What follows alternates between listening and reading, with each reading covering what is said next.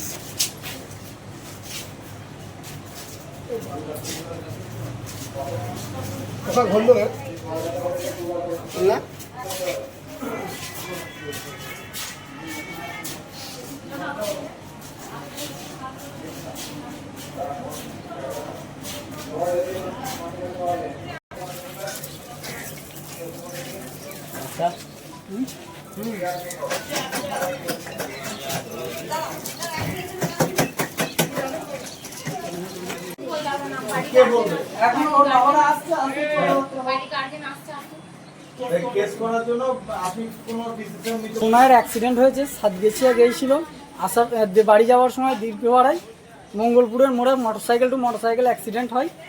সেখানে আমার বোনাই বা ওই দ্বিতীয় ব্যক্তি যে ছিল দুজনে গুরুতর আহত। তড়িঘড়ি সেই ব্যক্তিকে নিয়ে চলে যাওয়া হয় বর্ধমান। আমার বোনাইকে আমরা 1 ঘন্টা পর গিয়ে নিয়ে এসেছি। এখন মন্তেশ্বর হাসপাতালে দেখানো হলো, ট্রিটমেন্ট হয়েছে, মাথায় চোট পেয়েছে। বর্ধমান নিয়ে যাব, মাথার ট্রিটমেন্ট হবে দীর্ঘপাড়া। শেখ আপনার বাড়ি বাদশা শেখ। সাত গেছে গিয়েছিল, আসার পথে মঙ্গলপুরে অ্যাক্সিডেন্ট হয়েছে। দুটো মোটরসাইকেল সাত গেছে থেকে আসছিল দীর্ঘপাড়া যাচ্ছে আর সামনাসামনি আসছে।